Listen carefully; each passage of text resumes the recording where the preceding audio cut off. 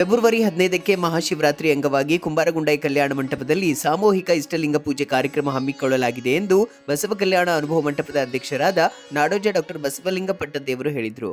ಭಾಲ್ಕಿ ಪಟ್ಟಣದ ಚನ್ನಬಸವಾಶ್ರಮ ಪರಿಸರದಲ್ಲಿ ಸಾಮೂಹಿಕ ಇಷ್ಟಲಿಂಗ ಪೂಜೆ ಕಾರ್ಯಕ್ರಮದ ಕರಪತ್ರ ಬಿಡುಗಡೆ ಕಾರ್ಯಕ್ರಮದಲ್ಲಿ ದಿವ್ಯ ಸಾನ್ನಿಧ್ಯ ವಹಿಸಿ ಅವರು ಮಾತನಾಡಿದರು.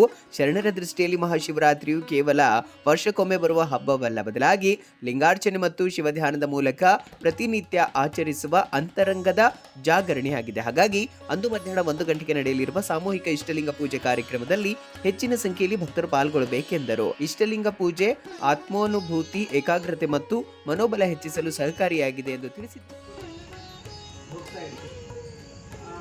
ಶರಣರು ನಮಗೆ ವಚನ ಸಾಹಿತ್ಯದ ಮೂಲಕ ಇಷ್ಟಲಿಂಗದ ಮಹತ್ವವನ್ನು ತಿಳಿಸಿಕೊಟ್ಟಿದ್ದಾರೆ. 1 ಗಂಟೆಗೆ ಈ ಒಂದು ಸಾಮೂಹಿಕ ಇಷ್ಟಲಿಂಗ ಪೂಜೆ ಪೂಜ್ಯರ ಒಂದು ಸಾನ್ನಿಧ್ಯದಲ್ಲಿ ಅಲ್ಲಿ ಪ್ರಾರಂಭ ಆಗ್ತದೆ. ಪ್ರತಿ ವರ್ಷದಂತೆ ಈ ವರ್ಷ ಮಹಾಶಿವರಾತ್ರಿ 15ನೇ ತಾರೀಕಿಗೆ ಬಂದಿದೆ. ಸುಗಂಧ ಯಾರು ತಗೋತಾರ?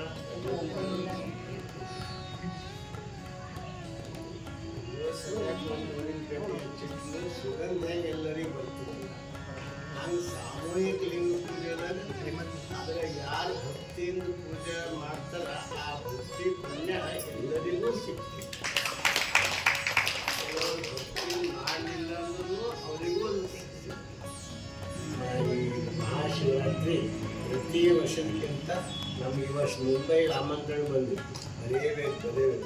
ನಾಲ್ದ ದೂರವರೆಗೆ ಬಿಟ್ಟು ನಾವು ಮುಂಬೈ ಬರಲಿಲ್ಲ, ಇಲ್ಲ ಈಗ ಬರ್ಲಿಕ್ಕೆ ಆಗಲ್ಲ ರೀ, ಬೇರೆ ಯಾರಿಗಾರ ಕರ್ಕೊಳ್ಳಿ ಅಂತ ನಾವು ಕರಾಖಂಡಿತ ಹೇಳಿ ಮುಂಬೈ ಕಾರ್ಯಕ್ರಮ ನಾವು ಕ್ಯಾನ್ಸಲ್ ಮಾಡಿದ್ವಿ. ಯಾಕಂದ್ರೆ ಈ ಇದ್ದ ಊರಾಗೆ ಮಹಾಶಿವರಾತ್ರಿ ನಿಮ್ಮ ಮಧ್ಯದಲ್ಲಿ ಆಚರಿಸೋದು ಹೆಚ್ಚಿಗೆ ಖುಷಿ ಇರ್ತದೆ ಅಂತ ತಿಳ್ಕೊಂಡು ನಾವು ಅದು ನಾವು ಒಪ್ಪಿಗೆ ಕೊಟ್ಟಿಲ್ಲ. ಅದಕ್ಕೆ ನೀವೆಲ್ಲ ಹೆಚ್ಚಿನ ಸಂಖ್ಯೆಯಲ್ಲಿ ಬರ್ರಿ. ಅದು ಸಾಮೂಹಿಕ ಪೂಜೆ ಎಷ್ಟು ಸಂಖ್ಯೆ ಇರ್ತದೆ ಅಷ್ಟು ಅದರದ್ದು ಮಹತ್ವನೂ ಹೆಚ್ಚಿಗೆ, ಅದರದ್ದು ಲಾಭನೂ ಹೆಚ್ಚಿಗೆ. ಅದಕ್ಕೆ ಬಂದು ಸಾಮೂಹಿಕ ಪೂಜೆ ಯಶಸ್ವಿ ಮಾಡ್ತೀವಿ ಅಂತ